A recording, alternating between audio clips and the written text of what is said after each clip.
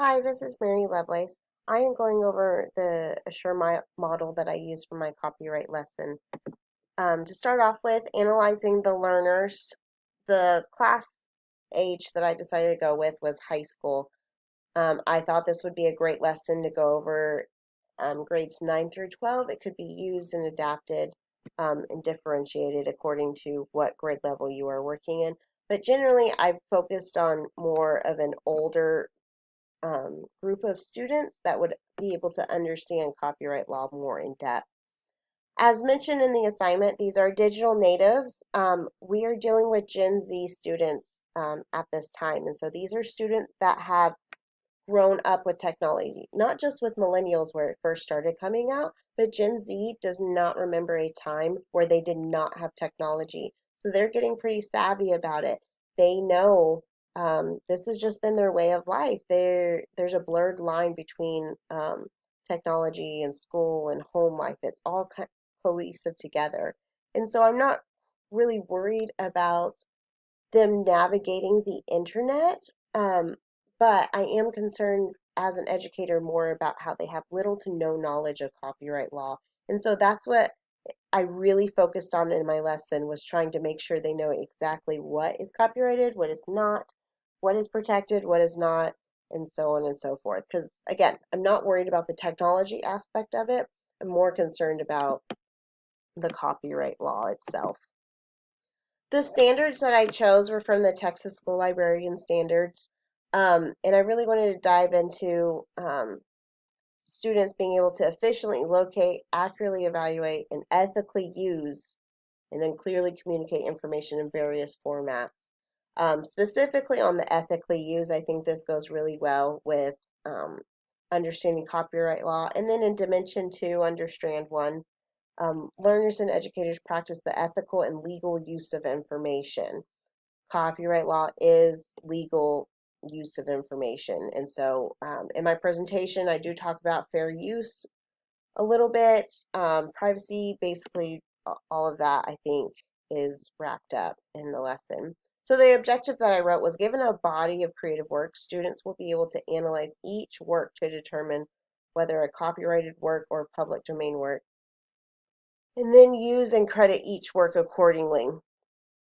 So basically, when they're able to work on the lesson itself, whether it be in the library working with me or when they go back to their teacher, Miss Stewart, that they're going to be able to analyze whatever work or sources they're working on, be able to determine, hey, is this a copyrighted work or is this public domain? And then once they determine which one it is, then they'll be able to use it and credit it accordingly.